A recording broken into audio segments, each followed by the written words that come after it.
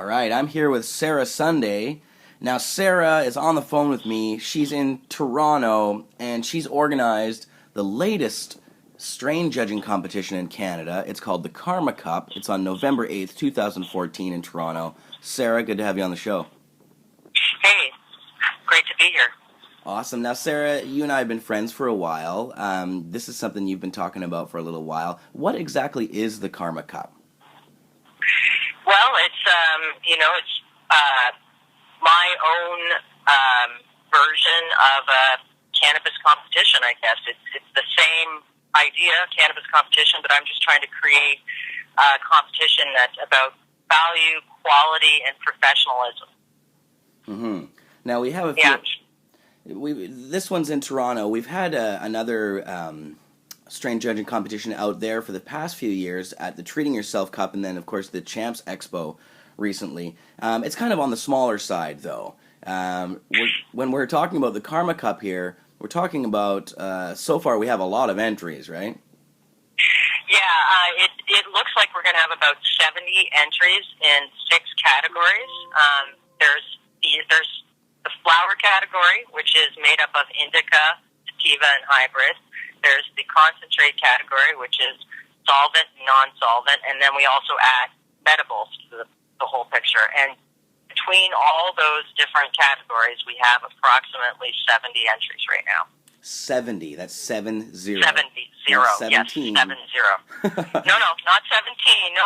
That's like one of the flowering competition. You know what I mean? Like, we've had an overwhelming response. People are just really in love with the idea of having a quality evaluation of their product, getting a better survey done, basically, on advanced criteria, being scored accurately, finding out their ranking, feeling like the competition is, in fact, fair and honest. We're doing an online ballot. All the results will be available on the web for anybody to reconcile later on. You know, we have no interest in doing anything. I don't want any weird rumors or anything like that. I want it to be totally on the up and up. And I'm just trying to create, like, the highest quality event I can. No kidding. Well, 70 strains, I mean, nothing else even comes close to that I've heard of. Well, it's not all strains, right? I'm saying there's some edibles in there, and there's quite a few people that are entering the edibles category. I'm kind of impressed at how hard these people have gone, and how there's even been a little bit of almost convivial trash talk online between the edibles people. So I think that really what I'm trying to do here is, like, elevate the game, and a little bit of friendly competition is always welcome, and I think it can only help us, really. No kidding. Now, the question, though, of course, with that many different strains and edibles, this is, you said before, this is a one-day event. How do people actually judge 70? Let me explain a little bit more. Everything's going to be available on about 5 days ahead of time on the Monday for the judges, and they can pick it up then. There's 3 days that they're able to pick up their samples and judge at the venue, and then we all return together on the Saturday to continue whatever judging needs to be done. Voting closes at 9. We reconcile the votes and figure everything out, rank everybody, and then have the award ceremony. Right. Now... go ahead. I've had so many entries that I've decided to extend the number of awards that I'm going to give out. Instead of just giving a first, second, and third, I'm also doing a pendant. Rent Beer is making a beautiful pendant. So we're also going to give that out to the 4th and 5th place finishers as well. Just to... because it's just the quality of what we've seen is just incredible. I'm just super impressed with everybody, and I feel like everybody deserves something. It's just not everybody, but you know what I'm saying. There's just so many entrants. To only give first, second, and third felt criminal. So I want to give everybody that deserves it a pat on the back. Now, I mean, you mentioned the Redbeard trophies. Redbeard Glass here in British Columbia is putting together the cups for you. Yep. And now, of course, Redbeard is a really awesome glass blower who works on a lot of functional stuff. He does a lot of the cups. Have you seen any of the cups yet? Do we know how they look yet? I have, yes. They are almost done now. They're just putting the final touches on them. I'll give you a little preview, is that it's sort of a functional cup. That's about all I'll say right now. It's Redbeard has said to me and other people that it's the most complex one of these cups that he's made so far, and he's really proud of it. And I have to say, they look incredible. The work is just gorgeous, and he's really put a lot of effort and thought, and I'm super pleased about how they've come out. Shortly, we'll have a picture to put online, and I will send that to you so you can post it, possibly, awesome. and publicize. Sure.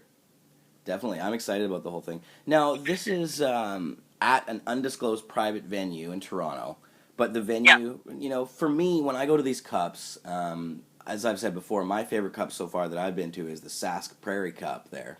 And, the thing that makes the Prairie Cup so great is that it has this fantastic venue where it all kind of happens in the same spot. You've got the great stage. You've got everything. You're allowed to smoke and vape in there, or at least you're allowed to vape in there. It says on your website you're allowed to actually smoke and vape in your venue? Yes, absolutely.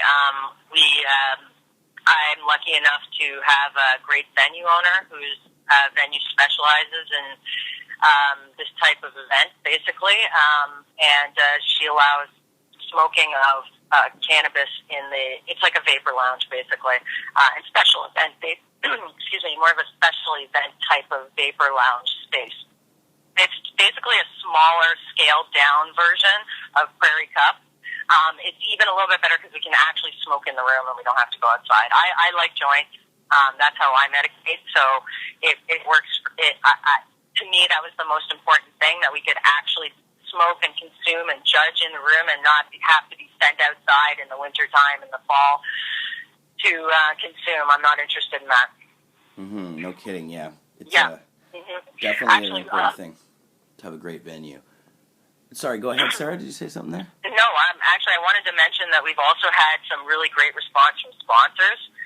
We've got Jordan of the Island, Medman, Boss Vapor Co., Growers Paradise, Exotic Seeds, Dynafem, Fusion Brands, Alchemy Extracts, Purple Haze Canada, Green Access Media, and Can Do.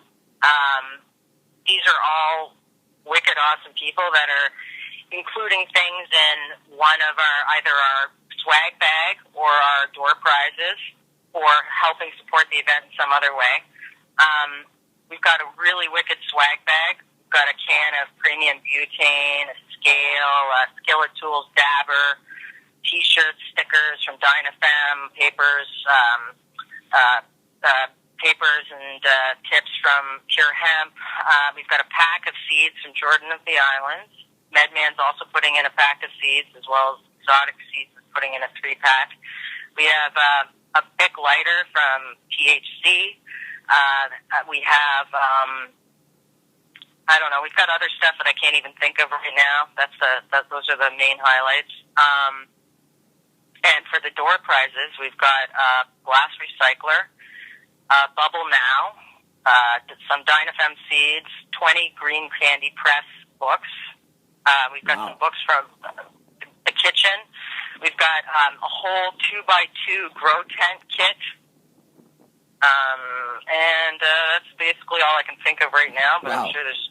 That's a lot of stuff. So basically we've got a lot of love from sponsors. They're down with what we're doing, and I'm super happy, and I love them all. And I am so happy with, the entrance that we've received and the love that I've got from all the people that have entered. I thank you all so much. Totally would not have been able to do this without all their kindness and actually desire to compete. That is really what it is, because I want to provide a platform for the Canadian talent to come together and compete and elevate the game together. Mm-hmm. Now, when we have with the Prairie Cup at least, we pay a lot of attention to the judging itself, and we have quite an extensive, comprehensive judging form for each of those. How does the judging look on this end of things? It's actually quite similar, except for the fact that our criteria-based evaluation, which is the one that is smokability and all that stuff, that is actually what creates your numerical score, which then creates the ranking. So we're not asking people to say, hey, what's 1, 2, and 3? We're taking your answers from all those questions, aroma, taste, bag appeal, or smokability, effects, strength, all that stuff, and we're creating a score, right? So that's how we're figuring out. So I consider it the most elevated and accurate evaluation in any one of the cups in Canada. Wow.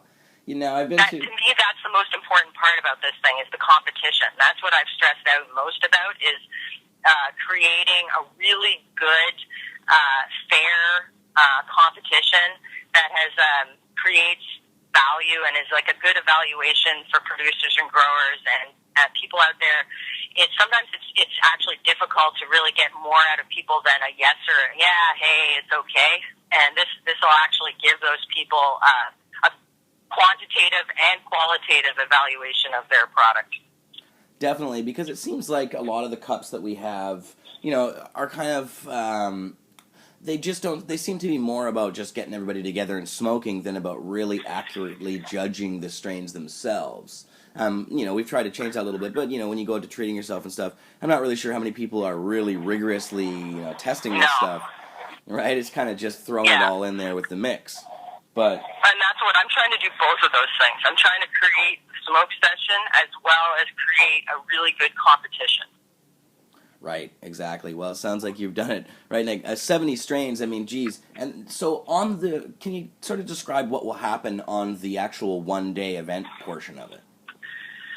Get together, judge, give away lots of stuff, eat lots of food, judge more stuff, end judging, give away more stuff, eat more food, give out awards, be married, take a lot of selfies. I'm getting a beautiful media wall, like a step and repeat, my logo on it, so nice. Everybody can do their selfies in front of that. Awesome. What kind of? Trying to just take it all the way to the top. No kidding. What kind of food do you have? That's always an important piece for stoners. Oh, yes. Right now, my plan is Greek food. I have lots and lots of Greek food coming, so I think that's sort of like meat and potatoes with a twist. I've got other stuff, too, and later on there'll probably be some, classic, chicken wings and pizza and something for the vegetarians, who knows. That I basically have set, but I'm just putting the final touches on that. The most important thing right now in my mind is I'm getting the samples, getting all the logistics done. Anyway, enough said.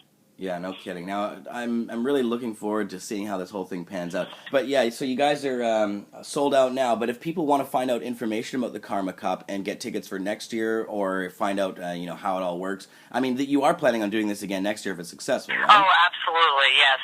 I think that it's a foregone conclusion at this point. We will do it again next year, bigger and badder, as they say. Mm-hmm. I've got lots of ideas. I like making things happen. I like creating value. And I don't see why not. Let's do it again. No kidding. And obviously there's so much excitement around this because 70 entries is unheard of. That is just massive. Yeah, it's great. Actually, check out the website. It's thekarmacup.com, and there's more information on there, and I'll probably be updating it shortly with even more info. And actually, one of the awesome things that we're working on is a portfolio section. So I mentioned that we're going to have all the results online, but we're also going to have basically for forever, we're going to have a portfolio of all the different entries, some quick pictures that I've taken, and all the information given to me by the entrants, plus all the judging results and all the qualitative and quantitative results that we get off of the judging forms. So it'll the website's going to be super useful for a long time. Great, that's such a fantastic idea because if you want to go look at who won the cup back in the day of some other thing, it's hard to find that information. So. And this even goes one step further because you actually get to find out something about the information. It is almost like you were there. You can find out about the samples. You can see a picture of it. You can read actual people's thoughts on it. It's elevating the entire game. Well, fantastic work, Sarah. I think you've done just an amazing job so far, and we'll definitely be sending somebody from Cannabis Culture Pod TV to go check it out. And yeah, man, wow, thekarmacup.com this November 8th in Toronto. Just a massive, the biggest one this country's ever seen, that's for sure. Wicked awesome. Thank you so much for talking to me today. Absolutely, Sarah. Good luck with everything, and we'll definitely be checking in again with you soon to see how it's all going. Okay, great. I'll talk to you soon. Have a great day. Thanks, Sarah.